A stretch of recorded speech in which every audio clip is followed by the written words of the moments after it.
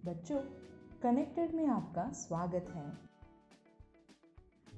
बच्चों, आज हम साइंस का 5वां पाठ आम्ल, क्षारक और लवण पढ़ेंगे और जानेंगे अम्ल, क्षारक और लवण क्या है, उनका स्वाद, उनकी प्रकृति, आम्ल, क्षारक और लवण में अंतर और उनके विभिन्न उदाहरण।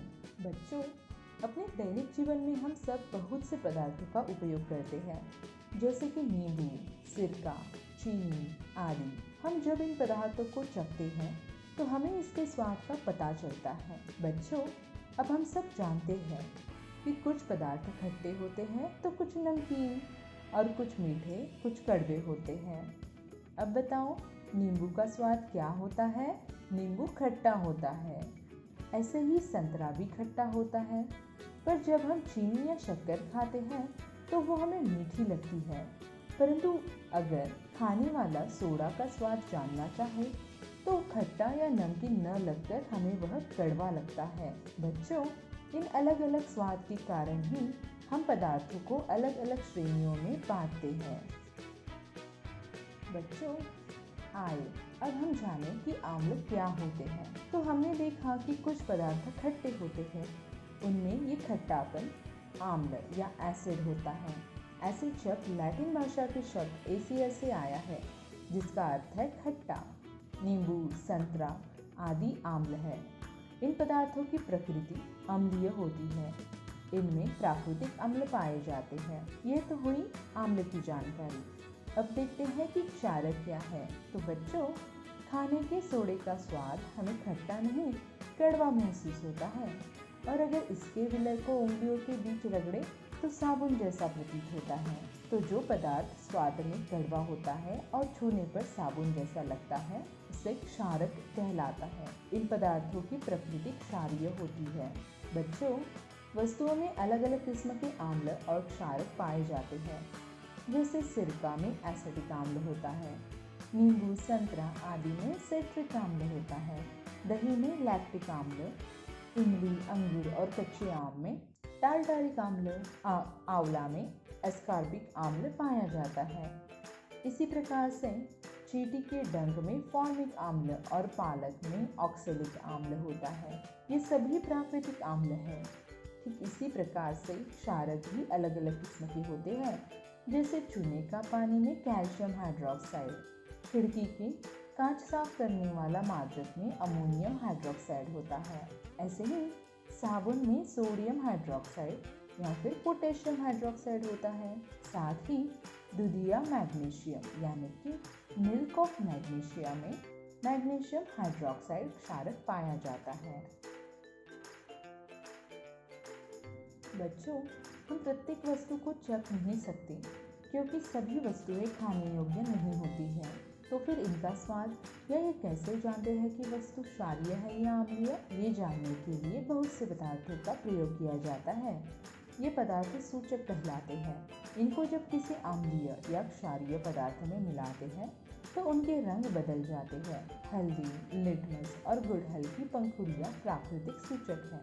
सबसे सामान्य रूप से उपयोग किया जाने वाला प्राकृतिक सूचक लिटमस है। इसे ग्लाइकेनों से निष्कर्षित किया जाता है। अशुद्ध जल में इसका रंग मौव यानी कि नीलशोन होता है, और जब इसे अम्लीय विलयन में मिलाया जाता है तो यह लाल हो जाता है, और जब क्षारीय विलयन में मिलाया जाता है तो यह नीला हो जाता है।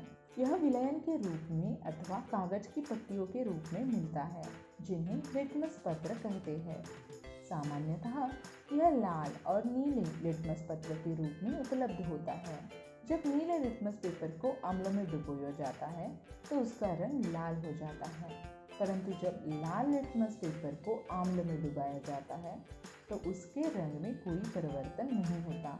ठीक इसी प्रकार यदि नीले लिटमस पेपर को क्षारक में डालें तो उसका रंग नहीं बदलता, परंतु अगर लाल लिटमस पेपर को डालते हैं तो उसका रंग नीला हो जाता है। बच्चों, लिटमस पेपर की तरह ही हल्दी भी एक प्राकृतिक सूचक है। हल्दी के घोल को कागज पर लगाकर हम कुछ समय सुखाकर हल्दी वाला पीले रंग का कागज तैयार कर सकते हैं। इस कागज पर अगर आम्ल की बूंदें डाली जाए तो इसके रंग में कोई परिवर्तन नहीं होता, परंतु अगर क्षारक की बूंदें डालते हैं तो यह लाल हो जाता है। बच्चों, आओ अब हम गुड़हल की पत्तियों को एक बीकर में डालते हैं और इनमें गर्म पानी डालकर कुछ टाइम के लिए रखते हैं। इससे पानी कुछ समय बाद रंगीन हो जाएगा। ये पानी भी सूचक के रूप में प्रयोग में लाया जा सकता है। जिसे अगर हम इस पानी को 2 कटोरियों में लेते हैं और एक में हम आंवले के घोल की और दूसरी में हम क्षारक के घोल की कुछ बूंदें डालकर देखते हैं, तो देखेंगे कि आंवले के घोल डाला हुआ पानी गहरा गुलाबी और क्षारक के घोल वाला पानी हरा हो जाएगा। इस प्रकार से गुड़हल की पत्तियों से तैयार मिश्रण को भी हम सूचक के तौर पर इस्तेमाल कर सकते हैं। आओ बच्चों, अब जानिए कि उदासीनीकरण क्या होता है। जब किसी आम्ल और क्षारक को आपस में मिलाया जाता है तो वह मिश्रण न तो आम्लीय रहता है न ही क्षारकीय, और यह पदार्थ अगर हम सूचक में मिलाते हैं तो सूचक के रंग पर कोई परिवर्तन नहीं आता है। इसका मतलब है वो पदार्थ उदासीन है। बच्चों, यदि हम आम्ल और क्षारक को एक निश्चित मात्रा में मिलाएं तो एक प्रक्रिया होती है जिसको हम उदासीनीकरण की प्रक्रिया कहते हैं, और इसके होने से नए पदार्थों की उत्पत्ति होती है, पानी और लवण। तो बच्चों, लवण उदासीनीकरण की प्रक्रिया द्वारा निर्मित पदार्थ होता है। इसको ऐसे भी समझ सकते हैं, आम्ल अधिक क्षारक हमें देता है लवण अधिक जल, ऊष्मा निर्मुक्त होती है। निम्नलिखित अभिक्रिया इसका उदाहरण है। हाइड्रोक्लोरिक आम्ल यानी कि HCl अधिक सोडियम हाइड्रोक्साइड यानी कि NaOH हमें देता है सोडियम क्लोराइड NaCl अधिक जल H2O अधिक ऊष्मा। अब देखते हैं कि उदासीनीकरण हमारे दैनिक जीवन में कैसे उपयोगी है। बच्चों, अपाचन को ठीक करने में उदासीनीकरण का सहारा लिया जाता है। हम जानते हैं आमाशय में हाइड्रोक्लोरिक अम्ल होता है। यह भोजन के पाचन में हमारी सहायता करता है। आमाशय में अम्ल की आवश्यकता से अधिक मात्रा होने से अपचन हो जाता है।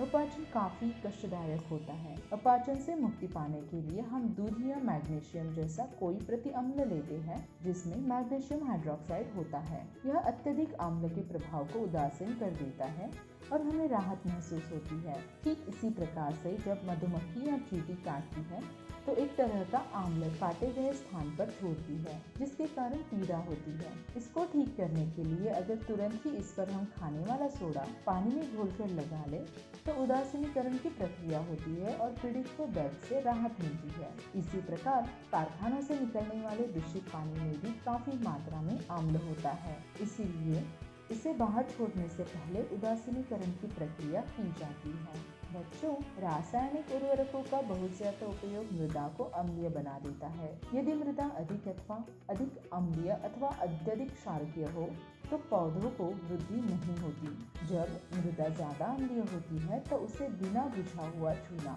यानी कि कैल्शियम ऑक्साइड या बुझा हुआ चूना यानी कि कैल्शियम हाइड्रोक्साइड जैसे क्षारकों से उपचारित किया जाता है।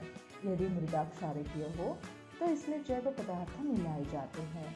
कंपोस्ट खाद एक जैव पदार्थ है जो मृदा में अम्ल बनाते हैं, जो उसकी क्षारकीय प्रकृति को उदासीन कर देते हैं।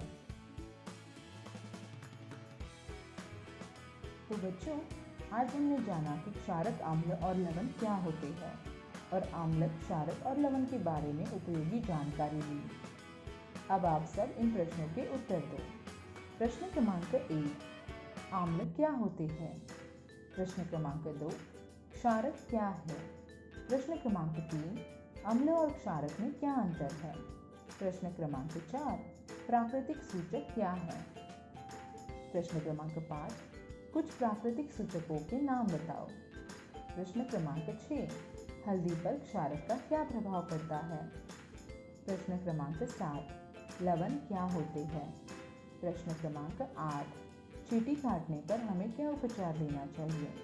और प्रश्न क्रमांक 9, किसान मृदा में अम्ल और क्षारक के अधिक मात्रा में होने पर मृदा का उपचार कैसे करते हैं? बच्चों, अब अपने उत्तरों को स्क्रीन पर लिखे उत्तरों से मिलाएं। उत्तर क्रमांक 1, अम्ल वो पदार्थ होते हैं जो स्वाद खट्टे होते हैं और सूचक में से इलेक्ट्रॉन को ग्रहण करते हैं, इसीलिए वह नीले लिटमस पेपर का रंग लाल कर देते हैं। उत्तर क्रमांक 2, क्षारक का स्वाद तीखा या कड़वा होता है और छूने में साबुन जैसे लगते हैं। उत्तर क्रमांक 3 आम्ल। आम्ल स्वाद में खट्टे होते हैं। आम्ल जब नीले लिटमस विलयन में डाला जाता है तो इसका रंग लाल हो जाता है। नींबू, दही, संतरा, सिरका आदि आम्ल होते हैं। क्षारक। क्षारक स्वाद में तीखा या कड़वा होता है। जब क्षारक को लाल लिटमस पेपर पर डालते हैं तो उसका रंग नीला हो जाता है। खाने वाला सोडा, साबुन, चूने का पानी आदि क्षारक है। उत्तर क्रमांक 4 प्राकृतिक सूचक वो पदार्थ है जिनमें सूचक वाले गुण प्राकृतिक रूप से पाए जाते हैं।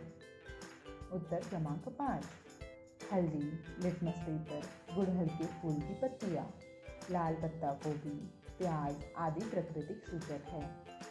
उत्तर क्रमांक 6 हल्दी पर पत्र पर क्षारक के प्रभाव से उसका रंग लाल हो जाता है।